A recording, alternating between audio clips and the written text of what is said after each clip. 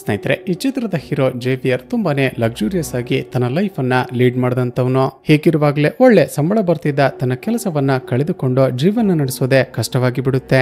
ಆಗ ಬೇರೆ ದಾರಿ ಇಲ್ಲದೆ ಇಷ್ಟು ದಿನ ತನ್ನ ಹೆಂಡತಿ ಜೊತೆ ಲಕ್ಸುರಿಯಸ್ ಆಗಿ ಜೀವನ ಮಾಡ್ತಿದ್ದ ತನ್ನ ಅಪಾರ್ಟ್ಮೆಂಟ್ ಅನ್ನ ಖಾಲಿ ಮಾಡಿಕೊಂಡು ಬೇರೆ ಮನೆಗೆ ಹೋಗಬೇಕಾಗುತ್ತೆ. ದಿನಗಳು ಕಳೆದಂತೆ ಜೇವಿಯರ್ಗೆ ದುಡ್ಡಿಲ್ಲದೆ ಸಾಮಾನ್ಯರಂತೆ ಜೀವನ ನಡೆಸೋದು ತುಂಬಾನೇ ಕಷ್ಟ ಅನ್ಸೋದಕ್ಕೆ ಶುರುವಾಗುತ್ತೆ. ಹೀಗಿರುವಾಗಲೇ ಜೇವಿಯರ್ ಇಷ್ಟು ದಿನ ತಾನು ವಾಸ ಮಾಡಿದ್ದ ಆ ಲಕ್ಸುರಿ ಅಪಾರ್ಟ್ಮೆಂಟ್ಗೆ ಬರ್ತಾನೆ. ಆದ್ರೆ ಅಷ್ಟರಲ್ಲೇ ಬೇರೊಂದು ಫ್ಯಾಮಿಲಿ ಅಲ್ಲಿಗೆ ಬಂದು ವಾಸ ಮಾಡ್ತಿರುತ್ತೆ. ಸ್ನೇಹಿತರೆ, ಇಲ್ಲಿಂದ ಮುಂದೆ ಚಿತ್ರದಲ್ಲಿ ನೀವು ಗೆಸ್ ಕೂಡ ಮಾಡೋದಕ್ಕೆ ಸಾಧ್ಯವಿರದ ಟ್ವಿಸ್ಟ್ ಗಳು ರಿವೀಲ್ ಆಗೋದಕ್ಕೆ ಶುರುವಾಗುತ್ತವೆ. ಹಾಗೂ ಚಿತ್ರ ಮುಂದುವರಿತಾ ಒಂದು ಶಾಕಿಂಗ್ ಮರ್ಡರ್ ಮಿಸ್ಟ್ರಿ ಕೂಡ ರಿವೀಲ್ ಆಗುತ್ತೆ. ಸ್ನೇಹಿತರೆ, ಈ ವಿಡಿಯೋ ತುಂಬಾನೇ ಇಂಟ್ರೆಸ್ಟಿಂಗ್ ಹಾಗೂ ಸಸ್ಪೆನ್ಸ್ಫುಲ್ ಆಗಿರುತ್ತೆ. ಹಾಗಾಗಿ ವಿಡಿಯೋವನ್ನ ಎಲ್ಲೂ ಕೂಡ ಸ್ಕಿಪ್ ಮಾಡದೆ ಕೊನೆಯವರೆಗೂ ನೋಡ್ತಾ ಹೋಗಿ.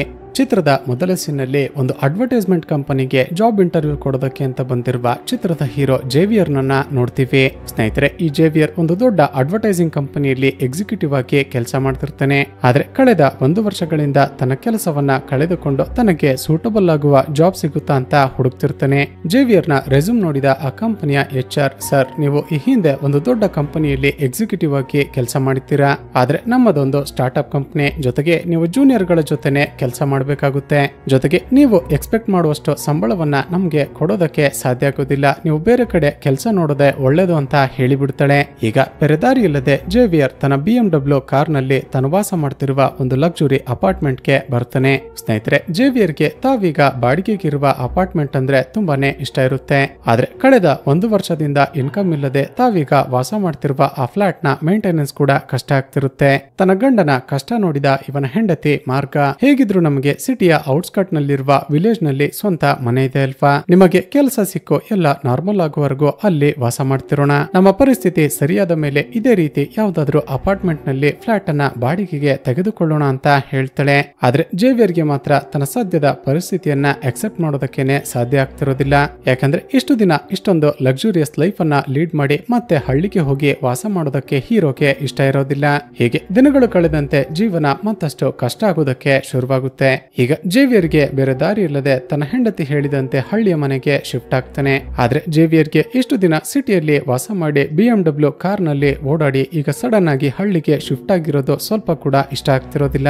ಇಲ್ಲಿಗೆ ಸೀನ್ ಕಟ್ ಆಗಿ ಮರುದಿನ ಬೆಳಿಗ್ಗೆ ಜೇವಿಯರ್ ತನ್ನ ಮುಂದೆ ಅಟೆಂಡ್ ಮಾಡುವ ಇಂಟರ್ವ್ಯೂಗಳಿಗೆ ಹೆಲ್ಪ್ ಆಗ್ಲಿ ಅಂತ ಒಂದು ಕೋರ್ಸ್ ಅನ್ನ ಅಟೆಂಡ್ ಮಾಡ್ತಿರ್ತಾನೆ. ಕ್ಲಾಸ್ ಅನ್ನು ಮುಗಿಸಿಕೊಂಡು ಕೆಳಗಡೆ ತನ್ನ ಕಾರ್ ಬಳಿ ಬಂದಾಗ ಅದನ್ನ ಕೂಡ ಸದ್ಯದಲ್ಲೇ ಮಾರಬೇಕಾಗುತ್ತಲ್ಲ ಅಂತ ತುಂಬಾನೇ ಬೇಜಾರಾಗ್ತಾನೆ. ಹಾಗೂ ಇನ್ನೇನು ಅಲ್ಲಿಂದ ಕಾರನ್ನ ಸ್ಟಾರ್ಟ್ ಮಾಡ್ಕೊಂಡು ಮನೆಗೆ ಹೋಗ್ಬೇಕು ಅನ್ನುವಾಗ ಆತ ಈ ಹಿಂದೆ ವಾಸ ಮಾಡ್ತಿದ್ದ ಅಪಾರ್ಟ್ಮೆಂಟ್ ನ ಫ್ಲಾಟ್ ನ ಬೀಗ ಸಿಗುತ್ತೆ. ಮತ್ತೆ ಹಳೆಯದೆಲ್ಲ ನೆನಪಾಗಿ ತಕ್ಷಣ ತನ್ನ ಕಾರನ್ನ ಸ್ಟಾರ್ಟ್ ಮಾಡ್ಕೊಂಡು ಆ ಅಪಾರ್ಟ್ಮೆಂಟ್ ನ ಬಳಿ ಬರ್ತಾನೆ. ನೋಡಿದ್ರೆ ಈ ಜೇವಿಯರ್ ವಾಸ ಮಾಡ್ತಿದ್ದ ಆ ಫ್ಲಾಟ್ ಗೆ ಬೇರೊಂದು ಫ್ಯಾಮಿಲಿ ಬಂದು ಆಗಲೇ ವಾಸ ಮಾಡ್ತಿರುತ್ತೆ. ತಾವಿರಬೇಕಾಗಿದ್ದ ಫ್ಲಾಟ್ ನಲ್ಲಿ ಬೇರೊಂದು ಫ್ಯಾಮಿಲಿ ವಾಸ ಮಾಡ್ತಿದ್ಯಲ್ಲ ಅಂತ ಜೇವಿಯರ್ಗೆ ಮತ್ತಷ್ಟು ಬೇಜಾರಾಗುತ್ತೆ. ಇಲ್ಲಿಗೆ ಸೀನ್ ಕಟ್ ಆಗಿ ಮರುದಿನ ಬೆಳಿಗ್ಗೆ ನೋಡಿದ್ರೆ ಜೇವಿಯರ್ ಯಾವುದೇ ಇಂಟರ್ವ್ಯೂ ಅನ್ನ ಅಟೆಂಡ್ ಮಾಡದೆ ಈ ಹಿಂದೆ ತಾವು ವಾಸ ಮಾಡ್ತಿದ್ದ ಅದೇ ಅಪಾರ್ಟ್ಮೆಂಟ್ ಗೆ ಬರ್ತಾನೆ. ಈತ ಅಲ್ಲಿಗೆ ಬರುವಷ್ಟರಲ್ಲಿ ಈ ಹಿಂದೆ ಈತ ವಾಸ ಮಾಡ್ತಿದ್ದ ಆ ಮನೆಯಲ್ಲಿದ್ದ ಟೆನೆಂಟ್ಸ್ ಗಳು ಎಲ್ಲಿಗೋ ಹೊರಗಡೆ ಹೋಗ್ತಿರೋದನ್ನ ನೋಡ್ತಾನೆ. ಶಾಕಿಂಗ್ಲಿ ಹಿಂದಿನ ದಿನ ಕಾರ್ ನಲ್ಲಿ ಆ ಫ್ಲಾಟ್ ನ ಬೀಗ ಸಿಕ್ಕಿತ್ತಲ್ವಾ, ಯಾರಿಗೂ ಗೊತ್ತಾಗದ ಹಾಗೆ ಫ್ಲಾಟ್ ನ ಬೀಗವನ್ನ ಓಪನ್ ಮಾಡಿ ಒಳಗಡೆ ಹೊರಟು ಹೋಗ್ತಾನೆ. ಶಾಕಿಂಗ್ಲಿ ಈಗಲೂ ಕೂಡ ಆ ಫ್ಲಾಟ್ ತನ್ನದೇ ಅನ್ನುವ ರೀತಿ ಸೋಫಾದ ಮೇಲೆ ಕುಳಿತುಕೊಳ್ತಾನೆ. ಹಾಗೂ ಫ್ರಿಡ್ಜ್ ನಲ್ಲಿದ್ದ ತಿಂಡಿಯನ್ನ ತೆಗೆದುಕೊಂಡು ತಿಂತಾನೆ. ಸಂಜೆ ಆಗ್ತಿದ್ದ ಹಾಗೆ ಯಾರಿಗೂ ಗೊತ್ತಾಗದ ಹಾಗೆ ಫ್ಲಾಟ್ ನ ಬೀಗವನ್ನ ಮತ್ತೆ ಲಾಕ್ ಮಾಡ್ಕೊಂಡು ಅಲ್ಲಿಂದ ಎಸ್ಕೇಪ್ ಆಗಿ ಬಿಡ್ತಾನೆ. ಇಲ್ಲಿಗೆ ಸೀನ್ ಕಟ್ ಆಗಿ ಮತ್ತೆ ಮರುದಿನ ಬೆಳಿಗ್ಗೆ ಇಂಟರ್ವ್ಯೂಗೆ ಹೋಗುವ ರೀತಿ ರೆಡಿಯಾಗಿ ಆ ಫ್ಲಾಟ್ ನಲ್ಲಿದ್ದ ಟೆನೆಂಟ್ಸ್ ಹೊರಗಡೆ ಹೋಗ್ತಿದ್ದ ಹಾಗೆ ಅಪಾರ್ಟ್ಮೆಂಟ್ ನಲ್ಲಿದ್ದ ಯಾರಿಗೂ ಕೂಡ ಗೊತ್ತಾಗದ ಹಾಗೆ ಡೋರ್ ಲಾಕ್ ಅನ್ನ ಓಪನ್ ಮಾಡ್ಕೊಂಡು ಒಳಗಡೆ ಬಂದು ಬಿಡ್ತಾನೆ.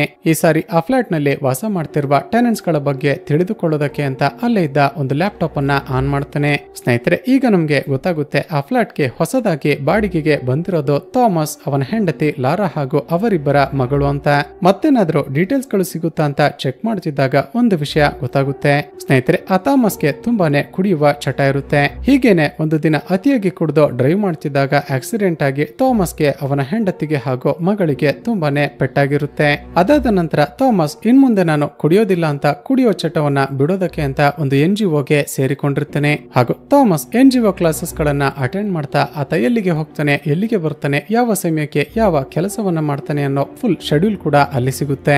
ಇಲ್ಲಿಗೆ ಸೀನ್ ಕಟ್ ಆಗಿ ನಂತರದ ಸೀನ್ ನಲ್ಲಿ ಥಾಮಸ್ ತಾನು ಕುಡಿಯೋದನ್ನ ಬಿಡಬೇಕು ಅಂತ ಒಂದು NGOಗೆ ಸೇರಿಕೊಂಡಿದ್ದ ಅಲ್ವಾ. ಈ ಜೇವಿಯರ್ ಕೂಡ ತನಗೂ ಕುಡಿಯುವ ಚಟ ಇದೆ, ನಾನು ಕೂಡ ಕುಡಿಯೋದನ್ನ ಬಿಡಬೇಕು ಅಂತ ಅಲ್ಲಿಗೆ ಹೋಗಿ ಅಡ್ಮಿಷನ್ ಆಗ್ತಾನೆ. ಅಲ್ಲಿಗೆ ಅಡ್ಮಿಷನ್ ಆಗಿದ್ದ ಎಲ್ಲರೂ ಕೂಡ ತಮ್ಮ ಪರಿಚಯವನ್ನ ಮಾಡಿಕೊಂಡು ತಮಗಿರುವ ಪ್ರಾಬ್ಲಮ್ ಗಳ ಬಗ್ಗೆ ಎಕ್ಸ್ಪ್ಲೇನ್ ಮಾಡೋದಕ್ಕೆ ಶುರು ಮಾಡ್ತಾರೆ. ಆಗ ಈ ಜೇವಿಯರ್ ಶಾಕಿಂಗ್ಲಿ, ನನಗೆ ತುಂಬಾನೇ ಕುಡಿಯುವ ಚಟ ಇದೆ, ನಾನು ಕುಡಿದು ಡ್ರೈವ್ ಮಾಡಿದ ಕಾರಣ ಆಕ್ಸಿಡೆಂಟ್ ಆಗಿ ನನ್ನ ಹೆಂಡತಿ ಹಾಗೂ ಮಗಳಿಗೆ ತುಂಬಾನೇ ಇಂಜುರಿ ಆಗಿದೆ, ಇದರಿಂದಾಗಿ ಅವರಿಬ್ಬರು ನನ್ನ ಜೊತೆ ಮಾತಾಡ್ತಿಲ್ಲ ಅಂತ ನಾಟಕ ಮಾಡ್ತಾನೆ. ಇದನ್ನ ಕೇಳಿಸಿಕೊಂಡ ಥಾಮಸ್ಗೆ ಆಶ್ಚರ್ಯ ಹಾಗೂ ಬೇಜಾರು ಎರಡು ಆಗುತ್ತೆ. ಯಾಕಂದ್ರೆ ಈ ಜೇವಿಯರ್ ನ ಲೈಫ್ ಅಲ್ಲಿ ಸೇಮ್ ನನ್ನ ರೀತಿನೇ ನಡೆದಿದೆಯಲ್ಲ ಅಂತ ಅಂದುಕೊಳ್ತಾನೆ. ಕ್ಲಾಸ್ ಮುಗಿದ ನಂತರ ಎಲ್ಲರೂ ಹೊರಗಡೆ ಬರ್ತಾರೆ. ಆಗ ಥಾಮಸ್ ಜೇವಿಯರ್ ನ ಬಳಿ ಹೋಗಿ, ಜೇವಿಯರ್, ನನ್ನ ಹೆಸರು ಥಾಮಸ್, ನಿನ್ನನ್ನ ನೋಡ್ತಿದ್ರೆ ನನ್ನನ್ನೇ ನಾನು ಕನ್ನಡಿಯಲ್ಲಿ ನೋಡಿಕೊಂಡ ಹಾಗಿದೆ, ಯಾಕಂದ್ರೆ ನನ್ನ ಜೀವನದಲ್ಲೂ ಕೂಡ ಸೇಮ್ ನಿನ್ನ ರೀತಿನೇ ನಡೆದಿತ್ತು, ಏನು ಯೋಚನೆ ಮಾಡ್ಬೇಡ, ಎಲ್ಲ ಕೂಡ ಸರಿಯಾಗುತ್ತೆ ಅಂತ ಧೈರ್ಯ ಹೇಳ್ತಾನೆ. ಅದಕ್ಕೆ ಜೇವಿಯರ್, ನಿನ್ನ ಜೊತೆ ಮಾತನಾಡ್ತಿದ್ರೆ ನನ್ಗೆ ಸ್ವಲ್ಪ ಧೈರ್ಯ ಬರ್ತಿದೆ, ನಾವಿಬ್ರು ಇಲ್ಲಿ ಹತ್ತಿರ ಇರುವ ಕಾಫಿ ಶಾಪ್ಗೆ ಹೋಗಿ ಕಾಫಿ ಕುಡಿಯೋಣ ಬಾ ಅಂತ ಇನ್ವೈಟ್ ಮಾಡ್ತಾನೆ. ಹೀಗೆ ಇಬ್ಬರು ಕಾಫಿ ಶಾಪ್ಗೆ ಹೋದ ನಂತರ ಕೂಡ ಜೇವಿಯರ್ ತನಗೇನು ಕೂಡ ಗೊತ್ತೇ ಇಲ್ಲ ಅನ್ನುವ ಹಾಗೆ, ನಿಮ್ಮ ಮನೆ ಎಲ್ಲಿದೆ, ನಿಮ್ಮ ಫ್ಯಾಮಿಲಿಯಲ್ಲಿ ಯಾರ್ಯಾರಿದ್ದಾರೆ ಅಂತ ಕೇಳ್ತಾನೆ. ಥಾಮಸ್ ತನ್ನ ಫ್ಯಾಮಿಲಿಯ ಇಂಟ್ರೊಡಕ್ಷನ್ ಅನ್ನ ಮಾಡ್ಕೊಂಡು, ನಿಮ್ಗೆ ಯಾವಾಗಾದ್ರೂ ಫ್ರೀ ಇದ್ರೆ ನಮ್ಮ ಫ್ಲಾಟ್ಗೆ ಒಂದು ಸಾರಿ ಬನ್ನಿ ಅಂತ ಇನ್ವೈಟ್ ಮಾಡ್ತಾನೆ. ಇಲ್ಲಿಗೆ ಸೀನ್ ಕಟ್ ಆಗಿ ಮರುದಿನ ಬೆಳಿಗ್ಗೆ ಮತ್ತೆ ಥಾಮಸ್ ಹಾಗೂ ಜೇವಿಯರ್ ಇಬ್ಬರು ಕೂಡ ಒಟ್ಟಿಗೆ ಕ್ಲಾಸಸ್ ಅನ್ನ ಅಟೆಂಡ್ ಮಾಡೋದಕ್ಕೆ ಬರ್ತಾರೆ. ಆ ದಿನ ಕ್ಲಾಸ್ ಬೇಗನೆ ಮುಗಿದಿದ್ದ ಕಾರಣ ಥಾಮಸ್ ಜೇವಿಯರ್ಗೆ ತಮ್ಮ ಫ್ಲಾಟ್ಗೆ ಬನ್ನಿ ಅಂತ ಇನ್ವೈಟ್ ಮಾಡ್ತಾನೆ. ಜೇವಿಯರ್ ಸರಿ ಅಂತ ಮನೆಗೆ ಬಂದು ಟಿಪ್ ಟಾಪ್ ಆಗಿ ರೆಡಿಯಾಗಿ ಒಂದು ಹೂವಿನ ಬೊಕ್ಕೆಯನ್ನ ತೆಗೆದುಕೊಂಡು ಅಪಾರ್ಟ್ಮೆಂಟ್ ಗೆ ಬರ್ತಾನೆ. ಇನ್ನೇನು ಫ್ಲಾಟ್ ನ ಡೋರ್ ಬೆಲ್ ಅನ್ನ ರಿಂಗ್ ಮಾಡ್ಬೇಕು ಅನ್ನೋಷ್ಟರಲ್ಲಿ ಅಲ್ಲಿಗೆ ಗಾರ್ಡನರ್ ಬರ್ತಾನೆ. ಸ್ನೇಹಿತರೆ, ಅಪಾರ್ಟ್ಮೆಂಟ್ ನಲ್ಲಿ ಕೆಲಸ ಮಾಡ್ತಿದ್ದ ಈ ಗಾರ್ಡನರ್ ಈ ಹಿಂದೆ ಜೇವಿಯರ್ಗೂ ಕೂಡ ಪರಿಚಯ ಇರ್ತಾನೆ. ಆತ ಜೇವಿಯರ್ ನನ್ನ ನೋಡಿ, ಸರ್, ಈ ಹಿಂದೆ ನೀವು ಮನೆಯನ್ನ ಖಾಲಿ ಮಾಡ್ಕೊಂಡು ಹೊರಟು ಹೋದ್ರಲ್ಲ, ಮತ್ತ್ಯಾಕೆ ಇಲ್ಲಿಗೆ ಬಂದಿದ್ದೀರಾ ಅಂತ ಕೇಳ್ತಾನೆ. ಅದಕ್ಕೆ ಜೇವಿಯರ್ ತೊದಲುತ್ತಾ, ಏನಿಲ್ಲ, ಈ ಮನೆಯಲ್ಲಿ ನನ್ನ ಸ್ವಲ್ಪ ಐಟಮ್ಸ್ ಗಳು ಮಿಕ್ಕಿದೆ, ಅದನ್ನ ತೆಗೆದುಕೊಂಡು ಹೋಗೋದಕ್ಕೆ ಅಂತ ಬಂದಿದ್ದೀನಿ ಅಂತ ಮ್ಯಾನೇಜ್ ಮಾಡೋದಕ್ಕೆ ಪ್ರಯತ್ನ ಪಡ್ತಾನೆ. ಅದಕ್ಕೆ ಆ ಗಾರ್ಡನರ್, ಹಾಗಾದ್ರೆ ಹೂವಿನ ಬೊಕ್ಕೆನ ಯಾಕೆ ತಂದಿದ್ದೀರಾ ಸರ್ ಅಂತ ಪ್ರಶ್ನೆ ಮಾಡ್ತಾನೆ. ಅದಕ್ಕೆ ಜೇವಿಯರ್, ಏನಿಲ್ಲ, ಇವತ್ತು ನನ್ನ ಮದುವೆ ಆನಿವರ್ಸರಿ, ನನ್ನ ಹೆಂಡತಿಗೆ ಗಿಫ್ಟ್ ಮಾಡೋದಕ್ಕೆ ಅಂತ ಬೊಕ್ಕೆಯನ್ನ ತೆಗೆದುಕೊಂಡು ಹೋಗ್ತಿದ್ದೆ, ದಾರಿಯಲ್ಲೇ ಅಪಾರ್ಟ್ಮೆಂಟ್ ಕಾಣಿಸ್ತು, ಅದಕ್ಕೇನೆ ನನ್ನ ಐಟಮ್ಸ್ ಗಳನ್ನ ತೆಗೆದುಕೊಂಡು ಹೋಗೋದಕ್ಕೆ ಅಂತ ಬಂದಿದ್ದೀನಿ ಅಂತ ಮತ್ತೆ ಮ್ಯಾನೇಜ್ ಮಾಡ್ತಾನೆ. ನಂತರ ಆ ಗಾರ್ಡನರ್ ಸರಿ ಅಂತ ಅಲ್ಲಿಂದ ಹೊರಟು ಹೋಗ್ತಾನೆ. ಹೊರಗಡೆ ಮಾತನಾಡ್ತಿರೋದನ್ನ ಕೇಳಿಸಿಕೊಂಡ ಥಾಮಸ್ ಬಾಗಿಲನ್ನ ಓಪನ್ ಮಾಡಿ ಜೇವಿಯರ್ ನನ್ನ ಒಳಗಡೆ ಕರೆದುಕೊಂಡು ಹೋಗ್ತಾನೆ. ನಂತರ ಜೇವಿಯರ್ ಥಾಮಸ್ ಅವನ ಹೆಂಡತಿ ಹಾಗೂ ಮಗುವಿನ ಜೊತೆ ಮಾತನಾಡ್ತಾ ಊಟ ಮಾಡ್ತಾನೆ. ಸ್ನೇಹಿತರೆ, ಈಗ ಅಮ್ಮನೆಯನ್ನ ನೋಡ್ತಿದ್ದ ಹಾಗೆ ಜೇವಿಯರ್ಗೆ ಹೇಗಾದ್ರೂ ಮಾಡಿ ಮತ್ತೆ ನಾವು ವಾಪಸ್ ಇದೇ ಮನೆಗೆ ಬರ್ಬೇಕು ಅಂತ ಆಸೆ ಶುರುವಾಗುತ್ತೆ. ಏನೋ ಒಂದು ಪ್ಲಾನ್ ಮಾಡಿದ ಜೇವಿಯರ್, ಹಾಗಾಗ್ಬೇಕು ಅಂದ್ರೆ ಈ ಫ್ಯಾಮಿಲಿ ಜೊತೆ ಚೆನ್ನಾಗಿ ರ್ಯಾಪೋ ಬಿಲ್ಡ್ ಮಾಡ್ಬೇಕು ಅಂತ ಥಾಮಸ್ ನ ಹೆಂಡತಿಯ ಜೊತೆ ತುಂಬಾನೇ ಚೆನ್ನಾಗಿ ಮಾತನಾಡ್ತಾನೆ. ನಂತರ ಊಟ ಮುಗಿಸಿಕೊಂಡು ಜೇವಿಯರ್ ಮನೆಗೆ ಹೋಗ್ತಾನೆ. ಇಲ್ಲಿಗೆ ಸೀನ್ ಕಟ್ ಆಗಿ ಮರುದಿನ ಬೆಳಗ್ಗೆ ಥಾಮಸ್ ತನ್ನ ಮಗಳನ್ನ ಕರೆದುಕೊಂಡು ಸ್ಕೂಲ್ಗೆ ಡ್ರಾಪ್ ಮಾಡ್ಬೇಕು ಅಂತ ಹೋಗ್ತಿದ್ದಾಗ ಆ ಗಾರ್ಡನರ್ ಬರ್ತಾನೆ. ಸರ್, ನೆನ್ನೆ ನಿಮ್ಮ ಮನೆಗೆ ಜೇವಿಯರ್ ಅನ್ನೋರು ಐಟಮ್ಸ್ ಗಳನ್ನ ತೆಗೆದುಕೊಳ್ಳೋದಕ್ಕೆ ಅಂತ ಬಂದಿದ್ರಲ್ವಾ, ಅವರ ಐಟಮ್ಸ್ ಗಳನ್ನ ಅವರಿಗೆ ಕೊಟ್ರ ಅಂತ ಕೇಳ್ತೇನೆ. ಅದಕ್ಕೆ ಆ ಥಾಮಸ್, ಏನೋ ಐಟಮ್ಸ್ ತೆಗೆದುಕೊಳ್ತೀನಿ ಅಂತ ಬಂದಿದ್ರ, ಆ ರೀತಿ ಯಾರು ಕೂಡ ಬಂದಿರ್ಲಿಲ್ವಲ್ಲ ಅಂತ ಹೇಳಿಬಿಡ್ತಾನೆ. ಇವನ ಮಾತುಗಳನ್ನ ಕೇಳ್ತಿದ್ದ ಹಾಗೆ ಗಾರ್ಡನರ್ಗೆ ಒಂದು ವಿಷಯ ಅರ್ಥ ಆಗುತ್ತೆ. ಹಾಗಾದ್ರೆ ಜೇವಿಯರ್ ಏನೋ ಪ್ಲಾನ್ ಮಾಡ್ಕೊಂಡು ನೆನ್ನೆ ಅಪಾರ್ಟ್ಮೆಂಟ್ ಗೆ ಬಂದಿದ್ದ ಅಂತ. ನಂತರ ಅಲ್ಲಿಂದ ಹೊರಟ್ನ ಥಾಮಸ್ ನ ಮಗಳನ್ನ ಈ ಗಾರ್ಡನರ್ ಒಂದು ರೀತಿ ವಿಚಿತ್ರವಾಗಿ ನೋಡ್ತಾ ನಗ್ತಾನೆ. ಸ್ನೇಹಿತರೆ, ಈಗ ಒಂದು ಶಾಕಿಂಗ್ ವಿಷಯ ಗೊತ್ತಾಗುತ್ತೆ. ಅದೇನಂದ್ರೆ ಈ ಗಾರ್ಡನರ್ ಒಬ್ಬ ಫೆಡೋಫೈಲ್ ಅಂತ. ಇಲ್ಲಿಗೆ ಸೀನ್ ಕಟ್ ಆಗಿ ಮರುದಿನ ಜೇವಿಯರ್ ಬೇಕಂತಲೇ ಪಾರ್ಕಿಂಗ್ ನಲ್ಲಿದ್ದ ಪಿಲ್ಲರ್ ಗೆ ತನ್ನ ಕಾರನ್ನ ತೆಗೆದುಕೊಂಡು ಹೋಗಿ ಗುದ್ದಿ ಬಿಡ್ತಾನೆ. ನಂತರ ಥಾಮಸ್ಗೆ ಕಾಲ್ ಮಾಡಿ, ಥಾಮಸ್, ನನ್ನ ಕಾರ್ ಆಕ್ಸಿಡೆಂಟ್ ಆಗಿ ಹೋಯ್ತು, ತಕ್ಷಣ ಬಂದು ನನ್ನನ್ನ ಕಾಪಾಡು ಅಂತ ಬೇಡಿಕೊಳ್ತಾನೆ. ಸರಿ ಅಂತ ಥಾಮಸ್ ಅಲ್ಲಿಗೆ ಓಡಿ ಬರೋಷ್ಟರಲ್ಲಿ ಜೇವಿಯರ್ ಬೇಕಂತಲೇ ಡ್ರಿಂಕ್ಸ್ ಮಾಡೋದಕ್ಕೆ ಶುರು ಮಾಡ್ತಾನೆ. ಥಾಮಸ್ ಅಲ್ಲಿಗೆ ಬಂದ ನಂತರ ಥಾಮಸ್ ಎಷ್ಟೇ ಪ್ರಯತ್ನ ಪಟ್ಟರು ಕೂಡ ಕುಡಿಯೋದನ್ನ ಬಿಡೋದಕ್ಕೆ ನನ್ನ ಕೈಲಿ ಸಾಧ್ಯ ಆಗ್ತಿಲ್ಲ. ಅದಕ್ಕೆ ಥಾಮಸ್ ಹೇಳೋದೇನಂದ್ರೆ, ನಿನ್ನ ಹಾಗೆ ನಾನು ಕೂಡ ಕುಡಿದು ನನ್ನ ಜೀವನವನ್ನ ಹಾಳು ಮಾಡಿಕೊಂಡಿದ್ದೆ, ಆದ್ರೆ ಯಾವಾಗ ನನ್ನ ಹೆಂಡತಿಯ ತಂದೆ ಅಂದ್ರೆ ನನ್ನ ಮಾವ ನನ್ನ ಜೀವನವನ್ನ ಸರಿ ಮಾಡಿದ್ರು ಆಗಿನಿಂದ ಎಲ್ಲ ಕೂಡ ಚೆನ್ನಾಗಿ ನಡೆದುಕೊಂಡು ಹೋಗ್ತಿದೆ, ನನ್ನ ಮಾತನ್ನ ಕೇಳು, ನೀನು ಕೂಡ ಈ ಕುಡಿಯುವ ಚಟವನ್ನ ಬಿಟ್ಟು ಬಿಡು ಅಂತ ಹೇಳ್ತೇನೆ. ಈಗ ಜೇವಿಯರ್ ನ ಕಾರು ಆಕ್ಸಿಡೆಂಟ್ ಆಗಿದ್ದ ಕಾರಣ ಅವನನ್ನ ತನ್ನ ಕಾರ್ನಲ್ಲೇ ಅವನ ಮನೆಗೆ ಡ್ರಾಪ್ ಮಾಡ್ತಾನೆ. ಇದನ್ನ ಮಾರ್ಗ ತನ್ನ ಮನೆಯ ಬಾಲ್ಕನಿಯಿಂದಲೇ ನೋಡ್ತಿರ್ತಾಳೆ. ನಮ್ಮ ಬಳಿ ಕಾರ್ ಇದ್ರು ಕೂಡ ನನ್ನ ಗಂಡ ಯಾಕೆ ಬೇರೆಯವರ ಹತ್ರ ಡ್ರಾಪ್ ತೆಗೆದುಕೊಳ್ತಾನೆ ಅಂತ ಅನುಮಾನ ಬರುತ್ತೆ. ಜೇವಿಯರ್ ಮನೆಗೆ ಬಂದ ನಂತರ ನಮ್ಮ ಕಾರ್ ಏನಾಯ್ತು ಅಂತ ಕೇಳ್ತಾಳೆ. ಅದಕ್ಕೆ ಆತ, ನೀನೇ ಅಲ್ವಾ ಹೇಳ್ತಾ ಇದ್ದಿದ್ದು ಮೇಂಟೆನೆನ್ಸ್ ಮಾಡೋದಕ್ಕೆ ಕಷ್ಟ ಆಗುತ್ತೆ, ಕಾರನ್ನ ಮಾರಿಬಿಡು ಅಂತ, ಅದಕ್ಕೇನೆ ಕಾರನ್ನ ಮಾರಿಬಿಟ್ಟೆ ಅಂತ ಹೇಳ್ತೇನೆ. ಅದೇ ಸಮಯಕ್ಕೆ ಈ ಜೇವಿಯರ್ ಥಾಮಸ್ ನ ಮನೆಗೆ ಹೋಗ್ತಿದ್ದಾಗ ಅಲ್ಲಿದ್ದ ಗಾರ್ಡನರ್ ನನ್ನ ಭೇಟಿ ಮಾಡಿದ್ದ ಅಲ್ವಾ. ಆತ ಇವನಿಗೆ ಕಾಲ್ ಮಾಡಿ, ಜೇವಿಯರ್, ನೀನೇನೋ ಪ್ಲಾನ್ ಮಾಡ್ತಿದ್ಯಾ ಅಂತ ನನ್ಗೆ ಗೊತ್ತು, ನಿನ್ನ ಬಗ್ಗೆ ನನ್ಗಿರುವ ಡೌಟ್ಸ್ ಗಳನ್ನ ಥಾಮಸ್ಗೆ ಹೇಳ್ಬಾರ್ದು ಅಂದ್ರೆ ತಕ್ಷಣವೇ ನನ್ನನ್ನ ಬಂದು ಭೇಟಿ ಮಾಡು ಅಂತ ಹೇಳ್ತಾನೆ. ಮತ್ತೊಂದು ಕಡೆ ಥಾಮಸ್ ಮನೆಗೆ ಹೋದಾಗ ತಾನು ಹಾಕಿಕೊಂಡಿದ್ದ ಶರ್ಟ್ ಅನ್ನ ವಾಷಿಂಗ್ ಮಾಡೋದಕ್ಕೆ ಅಂತ ಬಿಚ್ಚಿಡ್ತಾನೆ. ಅದನ್ನ ವಾಷಿಂಗ್ ಮಿಷನ್ಗೆ ಹಾಕ್ಬೇಕು ಅಂತ ಹೋಗ್ತಿದ್ದಾಗ ಥಾಮಸ್ ನ ಹೆಂಡತಿಗೆ ಅದರಿಂದ ಡ್ರಿಂಕ್ಸ್ ವಾಸನೆ ಬರುತ್ತೆ. ಒಂದೇ ಸರಿ ಕೋಪಗೊಂಡ ಆಕೆ ಇಷ್ಟೆಲ್ಲ ಆದ್ರೂ ಕೂಡ ನೀನು ಕುಡಿಯೋದನ್ನ ಬಿಟ್ಟಿಲ್ವಾ ಅಂತ ರೇಗಾಡ್ತಾಳೆ. ಆಗ ಥಾಮಸ್ ತನ್ನ ಹೆಂಡತಿಗೆ ಸಮಾಧಾನ ಮಾಡ್ತಾ, ನೀನ್ ಅಂದುಕೊಂಡಿರುವ ಹಾಗೆ ಏನೂ ಇಲ್ಲ, ನನ್ನ ಫ್ರೆಂಡ್ ಡ್ರಿಂಕ್ಸ್ ಮಾಡಿ ಕಾರನ್ನ ಡ್ರೈವ್ ಮಾಡ್ತಿದ್ದಾಗ ಅವನಿಗೆ ಆಕ್ಸಿಡೆಂಟ್ ಆಗಿತ್ತು. ಅವನಿಗೆ ಸಹಾಯ ಮಾಡೋದಕ್ಕೆ ಅಂತ ಹೋದಾಗ ಅವನ ಶರ್ಟ್ಗೆ ಅಂಟಿಕೊಂಡಿದ್ದ ಡ್ರಿಂಕ್ಸ್ ವಾಸನೆ ನನ್ನ ಶರ್ಟ್ ನಲ್ಲೂ ಕೂಡ ಬರ್ತಿದೆ ಅಂತ ಹೇಳ್ತಾನೆ. ಇಲ್ಲಿಗೆ ಸಿಂಕಟ್ಟಾಗಿ ಮರುದಿನ ಬೆಳಿಗ್ಗೆ ಜೇವಿಯರ್ ಆ ಗಾರ್ಡನರ್ ನನ್ನ ಮೀಟ್ ಮಾಡ್ತಾನೆ. ಆತ ವಿಚಿತ್ರವಾಗಿ ನಗುತ್ತಾ, ಜೇವಿಯರ್ ನೀನೇನೋ ಪ್ಲಾನ್ ಮಾಡ್ತಿದ್ಯಾ ಅಂತ ನನ್ಗೆ ಗೊತ್ತು, ಆದ್ರೆ ನಾನು ನಿನ್ನ ಬಳಿ ಅದನ್ನ ಮುಚ್ಚಿಡೋದಕ್ಕೆ ದುಡ್ಡಾಗ್ಲಿ ಒಡವೆಯನ್ನಾಗ್ಲಿ ಡಿಮ್ಯಾಂಡ್ ಮಾಡೋದಿಲ್ಲ. ಆದ್ರೆ ಆ ಥಾಮಸ್ ನ ಚಿಕ್ಕ ಮಗಳು ಯೂಸ್ ಮಾಡಿರುವ ವಾಶ್ ಮಾಡದೇ ಇರುವ ಬಟ್ಟೆಯನ್ನ ತಂದು ಕೊಡು ಅಂತ ಕೇಳ್ತಾನೆ. ಇವನ ಮಾತುಗಳನ್ನ ಕೇಳಿದ ಜೇವಿಯರ್ಗೆ ಒಂದೇ ಸರಿ ಶಾಕ್ ಆಗಿ ಹೋಗುತ್ತೆ. ಜೊತೆಗೆ ಈತ ಎಂತಹ ಫಿಡೋಫೈಲ್ ಇರಬೇಕು ಅಂತ ಕೂಡ ಆಶ್ಚರ್ಯ ಆಗುತ್ತೆ. ಬೇರೆ ದಾರಿ ಇಲ್ಲದೆ ಜೇವಿಯರ್ ಸರಿ ತಂದು ಕೊಡ್ತೀನಿ ಅಂತ ಒಪ್ಪಿಕೊಳ್ತಾನೆ. ನಂತರ ಥಾಮಸ್ ನ ಮನೆಯಲ್ಲಿ ಯಾರೋ ಇಲ್ಲದೆ ಇರುವಾಗ ತನ್ನ ಬಳಿ ಇದ್ದ ಸೆಕೆಂಡ್ ಕೀಯನ್ನ ಯೂಸ್ ಮಾಡಿಕೊಂಡು ಡೋರ್ ಅನ್ನ ಓಪನ್ ಮಾಡಿ ಹೋಗಿ ಆ ಹುಡುಗಿಯ ಬಟ್ಟೆಗಳನ್ನ ತಂದು ಕೊಡ್ತಾನೆ. ಮತ್ತೊಂದು ಕಡೆ ಥಾಮಸ್ ನ ಹೆಂಡತಿ ಲಾರಾ ಈ ಜೇವಿಯರ್ಗೆ ಕಾಲ್ ಮಾಡಿ ಅರ್ಜೆಂಟ್ ಆಗಿ ನಿಮ್ಮನ್ನ ಭೇಟಿ ಮಾಡಬೇಕು, ನಾನು ಹೇಳುವ ರೆಸ್ಟೋರೆಂಟ್ಗೆ ಬನ್ನಿ ಅಂತ ಕರೀತಾಳೆ. ಜೇವಿಯರ್ ಅಲ್ಲಿಗೆ ಹೋದಾಗ ಲಾರಾ ತುಂಬಾನೇ ಕೋಪದಿಂದ, ನೀವು ದಯವಿಟ್ಟು ನನ್ನ ಗಂಡನ ಜೊತೆ ಫ್ರೆಂಡ್ಶಿಪ್ ಅನ್ನ ಕಟ್ ಮಾಡಿಬಿಡಿ, ಆತ ನಿಮ್ಮ ಜೊತೆ ಫ್ರೆಂಡ್ಶಿಪ್ ಮಾಡಿದಾಗಿನಿಂದ ಮತ್ತೆ ಕುಡಿಯೋ ಅಭ್ಯಾಸವನ್ನ ಶುರು ಮಾಡಿಕೊಂಡಿದ್ದಾರೆ ಅಂತ ಹೇಳ್ತಾಳೆ. ಸ್ನೇಹಿತರೆ, ಈಗ ಜೇವಿಯರ್ ತನ್ನ ನಾಟಕವನ್ನ ಶುರು ಮಾಡಿಕೊಳ್ತಾನೆ. ಲಾರಾ, ಏನ್ ಹೇಳ್ತಿದ್ದೀರಾ, ನಿಮ್ಮ ಗಂಡನೇ ನನಗೆ ಕಾಲ್ ಮಾಡಿ ಕರೆದು ಡ್ರಿಂಕ್ಸ್ ಮಾಡೋಣ ಅಂತ ಕರೆದುಕೊಂಡು ಹೋಗ್ತಾರೆ, ಬೇಕಾದ್ರೆ ನಿಮ್ಮ ಗಂಡ ಮಾಡಿರುವ ಮೆಸೇಜ್ ಅನ್ನ ನೋಡಿ ಅಂತ ಫೇಕ್ ವಾಟ್ಸ್ಆಪ್ ಹಿಸ್ಟರಿಯನ್ನ ತೋರಿಸ್ತಾನೆ. ಅದರಲ್ಲಿ ಥಾಮಸ್ಸೇ ಇವನಿಗೆ ನನಗೆ ತುಂಬಾನೇ ಬೋರ್ ಆಗ್ತಿದೆ, ಇಬ್ಬರು ಹೋಗಿ ಡ್ರಿಂಕ್ಸ್ ಮಾಡೋಣ ಬಾ ಅಂತ ಕರೀತಿರುವ ರೀತಿ ಕ್ರಿಯೇಟ್ ಮಾಡಿರ್ತಾನೆ. ಇದನ್ನ ನೋಡಿದ ಲಾರಾಗೆ ಒಂದೇ ಸರಿ ಶಾಕ್ ಆಗಿ ಹೋಗುತ್ತೆ. ಹಾಗಾದ್ರೆ ಇಷ್ಟು ದಿನ ನನ್ನ ಗಂಡ ಕುಡಿಯೋದನ್ನ ಬಿಟ್ಟಿದ್ದೀನಿ ಅಂತ ನನ್ನ ಜೊತೆನೆ ಸುಳ್ಳು ಹೇಳಿದ್ನ ಅಂತ ತುಂಬಾನೇ ಕೋಪ ಮಾಡಿಕೊಳ್ತಾಳೆ. ಹಾಗೂ ಜೇವಿಯರ್ಗೆ ಸಾರಿ ಸರ್, ನಿಮ್ಮ ಬಗ್ಗೆ ತಪ್ಪು ತಿಳಿದುಕೊಂಡಿದ್ದೆ ಅಂತ ಅಪಾಲಜಿ ಕೇಳಿ ಅಲ್ಲಿಂದ ಮನೆಗೆ ಬರ್ತಾಳೆ. ನಂತರ ತನ್ನ ಗಂಡ ಮನೆಗೆ ಬರ್ತಿದ್ದ ಹಾಗೆ ಅವನ ಜೊತೆ ತುಂಬಾನೇ ಜೋರಾಗಿ ಜಗಳ ಮಾಡ್ತಾಳೆ. ಇಲ್ಲಿಗೆ ಸೀನ್ ಕಟ್ ಆಗಿ ಮರುದಿನ ಬೆಳಿಗ್ಗೆ ಜೇವಿಯರ್ 2 ಪೆಪ್ಪರ್ ಸ್ಪ್ರೇ ಬಾಟಲ್ ಗಳನ್ನ ಪರ್ಚೇಸ್ ಮಾಡ್ತಾನೆ. ಅದರಲ್ಲಿ ಒಂದು ಬಾಟಲಿಗೆ ಯಾರಿಗೋ ಕಾಣದಷ್ಟು ಚಿಕ್ಕ ಹೋಲನ್ನ ಮಾಡಿ ಅದರ ಮೂಲಕ ಪಾಯ್ಸನ್ ಅನ್ನ ಇಂಜೆಕ್ಟ್ ಮಾಡ್ತಾನೆ.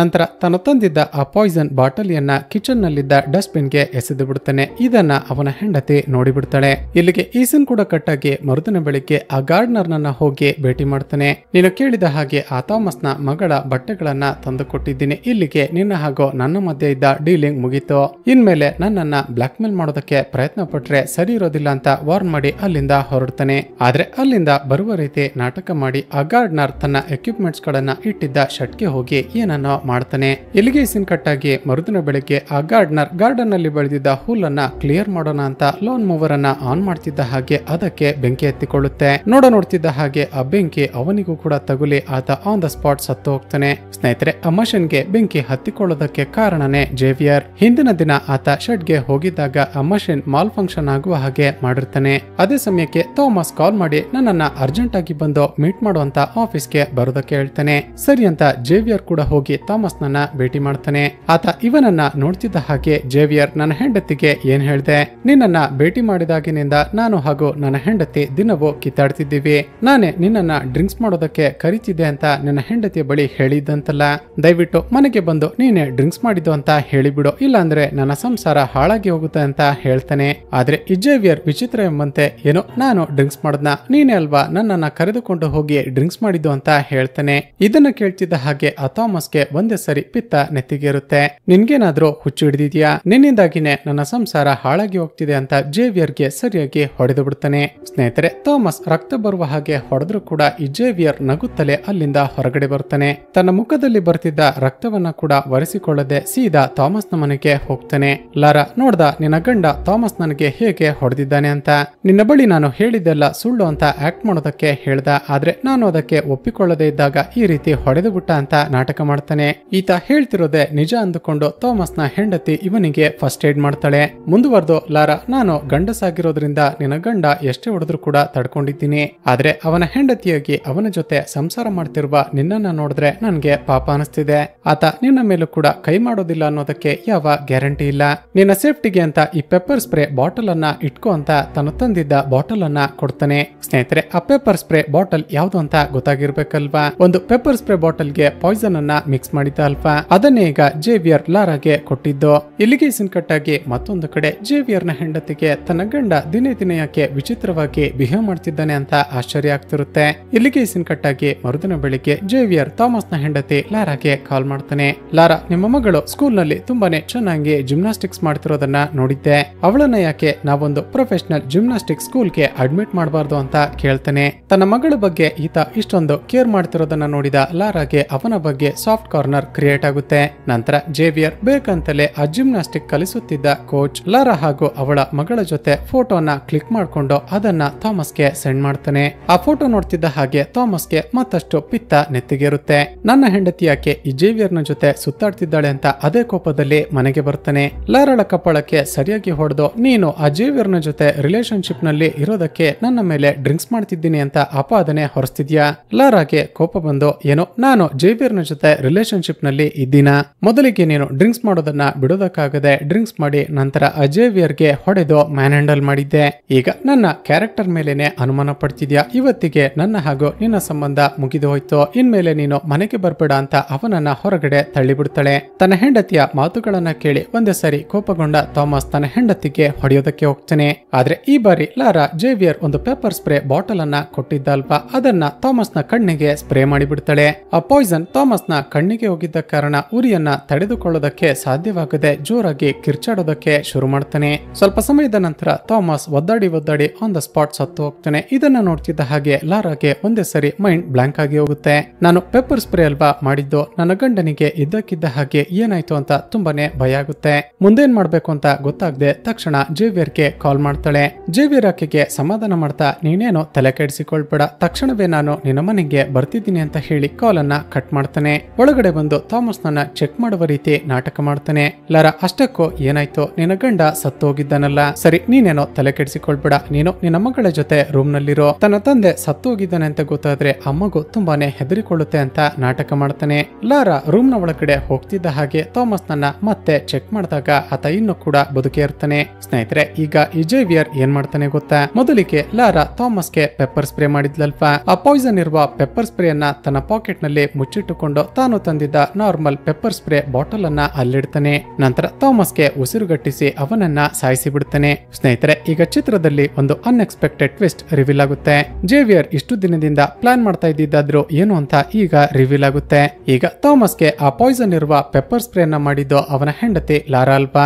ಒಂದು ದಿನ ಥಾಮಸ್ ಈ ಜೇವಿಯರ್ಗೆ ನನ್ನ ಹೆಂಡತಿ ಲಾರಾಳ ತಂದೆ ಒಬ್ಬ ದೊಡ್ಡ ಶ್ರೀಮಂತ ವ್ಯಕ್ತಿ ಅಂತ ಹೇಳಿರ್ತಾನೆ. ಸೊ ಆಬ್ವಿಯಸ್ಲಿ ತನ್ನ ಗಂಡನನ್ನ ಸಾಯಿಸಿರುವ ಲಾರಾಳನ್ನ ಅವಳ ತಂದೆ ಜೈಲಿಗೆ ಹೋಗೋದಕ್ಕೆ ಬಿಡೋದಿಲ್ಲ. ಹೇಗಾದ್ರೂ ಮಾಡಿ ತನ್ನ ಇನ್ಫ್ಲೂಯೆನ್ಸ್ ಅನ್ನ ಯೂಸ್ ಮಾಡ್ಕೊಂಡು ತನ್ನ ಮಗಳನ್ನ ಕಾಪಾಡಿಕೊಳ್ತಾನೆ. ತಕ್ಷಣವೇ ಒಂದು ಅನ್ನೋನ್ ನಂಬರ್ ನಿಂದ ಕಾಲ್ ಮಾಡಿ ಒಂದು ಕೊಲೆ ಆಗಿದೆ ಅಂತ ಪೊಲೀಸರಿಗೆ ಇನ್ಫಾರ್ಮ್ ಮಾಡ್ತಾನೆ. ತಕ್ಷಣ ಕ್ರೈಮ್ ಸ್ಪಾಟ್ ಗೆ ಬಂದ ಪೊಲೀಸರು ಇನ್ವೆಸ್ಟಿಗೇಷನ್ ಮಾಡೋದಕ್ಕೆ ಶುರು ಮಾಡ್ತಾರೆ. ಆದ್ರೆ ಜೇವಿಯರ್ ಅಂದುಕೊಂಡಂತೆನೆ ಲಾರಾಳ ತಂದೆ ದುಡ್ಡು ಕೊಟ್ಟು ಈ ಕೇಸನ್ನ ಮುಚ್ಚಿ ಹಾಕಿ ಬಿಡ್ತಾನೆ. ಇಲ್ಲಿಗೆ ಸೀನ್ ಕಟ್ಟಾಗಿ ನಂತರದ ಸೀನ್ ನಲ್ಲಿ ನೋಡಿದ್ರೆ ಜೇವಿಯರ್ ದಿನೇ ದಿನೇ ಲಾರಾಳಿಗೆ ಹತ್ತಿರ ಆಗಿ ಕೊನೆಗೆ ಆಕೆಯನ್ನೇ ಮದುವೆ ಆಗಿ ಬಿಡ್ತಾನೆ. ಹಾಗೂ ಲಾರಾ ಹಾಗೂ ಥಾಮಸ್ ನ ಮಗಳನ್ನ ತನ್ನ ಸ್ವಂತ ಮಗಳು ಅನ್ನೋ ರೀತಿ ಕೇರ್ ಮಾಡುವ ರೀತಿ ನಾಟಕ ಮಾಡ್ತಾನೆ. ಮತ್ತಷ್ಟು ದಿನಗಳು ಕಳೆದ ನಂತರ ನೋಡಿದ್ರೆ ಶಾಕಿಂಗ್ಲಿ ಲಾರಾಳ ತಂದೆಯ ಕೈಯಿಂದನೇ ಒಂದು ದೊಡ್ಡ ಕಂಪನಿಯಲ್ಲಿ ದುಡ್ಡನ್ನ ಇನ್ವೆಸ್ಟ್ ಮಾಡಿಸಿ ಅದಕ್ಕೆ ಇವನೇ ಸಿಇಒ ಆಗಿ ಬಿಡ್ತಾನೆ.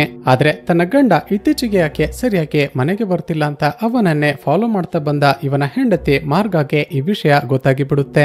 ಮಾರ್ಗ ತುಂಬಾನೇ ಕೋಪದಲ್ಲಿ, ಜೇವಿಯರ್ ನಿನ್ನ ಮೇಲೆ ನನಗೆ ತುಂಬಾ ದಿನಗಳಿಂದ ಡೌಟ್ ಇತ್ತು, ಆದ್ರೆ ಆ ಡೌಟ್ ಇವತ್ತು ನಿಜ ಆಯ್ತು.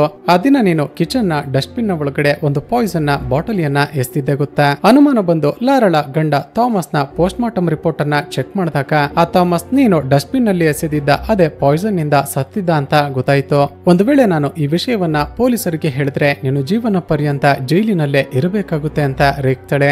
ಅದಕ್ಕೆ ಈ ಜೇವಿಯರ್ ವಿಚಿತ್ರವಾಗಿ ನಗ್ತಾ, ಸರಿ ನೀನು ಹೋಗಿ ಪೊಲೀಸರಿಗೆ ಹೇಳಿದ್ರೆ ಏನಾಗುತ್ತೆ, ನನ್ನನ್ನ ಜೈಲಿಗೆ ಹಾಕ್ತಾರೆ ಅಷ್ಟೇ ಅಲ್ವಾ, ಆದ್ರೆ ನೀನೀಗ ವಾಸ ಮಾಡ್ತಿರುವ ಮನೆ ನನ್ನ ಹೆಸರಿನಲ್ಲೇ ಇರೋ ಕಾರಣ ನಿನ್ನನ್ನ ಖಾಲಿ ಮಾಡಿಸ್ತಾರೆ. ಆಗ ನೀನು ಹಾಗೂ ನಮ್ಮ ಮಗ ಅಂದ್ರೆ ನಿನ್ನ ಮಗ ಬೀದಿಗೆ ಬರ್ತೀರಾ. ತನ್ನ ಗಂಡನ ಮಾತುಗಳನ್ನ ಕೇಳಿದ ಮಾರ್ಗಗೆ ಒಂದೇ ಸರಿ ಶಾಕ್ ಆಗಿ ಹೋಗುತ್ತೆ.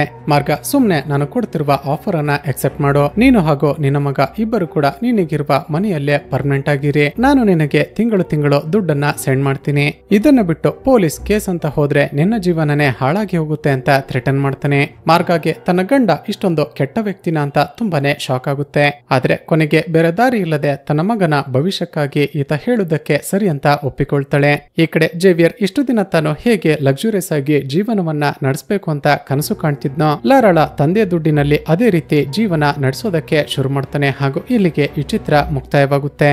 ಸ್ನೇಹಿತರೆ, ಚಿತ್ರದ ಕತೆ ಇಷ್ಟವಾಗಿದ್ರೆ ಈ ವಿಡಿಯೋಗೆ ಒಂದು ಲೈಕ್ ಮಾಡಿ ಶೇರ್ ಮಾಡೋದನ್ನ ಮರೆಯಬೇಡಿ. ಇದೇ ರೀತಿಯ ವಿಡಿಯೋಸ್ಗಾಗಿ ಈ ಚಾನಲ್ ಅನ್ನ ಸಬ್ಸ್ಕ್ರೈಬ್ ಮಾಡಿಕೊಂಡು ಪಕ್ಕದಲ್ಲಿರುವ ಬೆಲ್ ಐಕಾನ್ ಅನ್ನ ಕ್ಲಿಕ್ ಮಾಡಿ.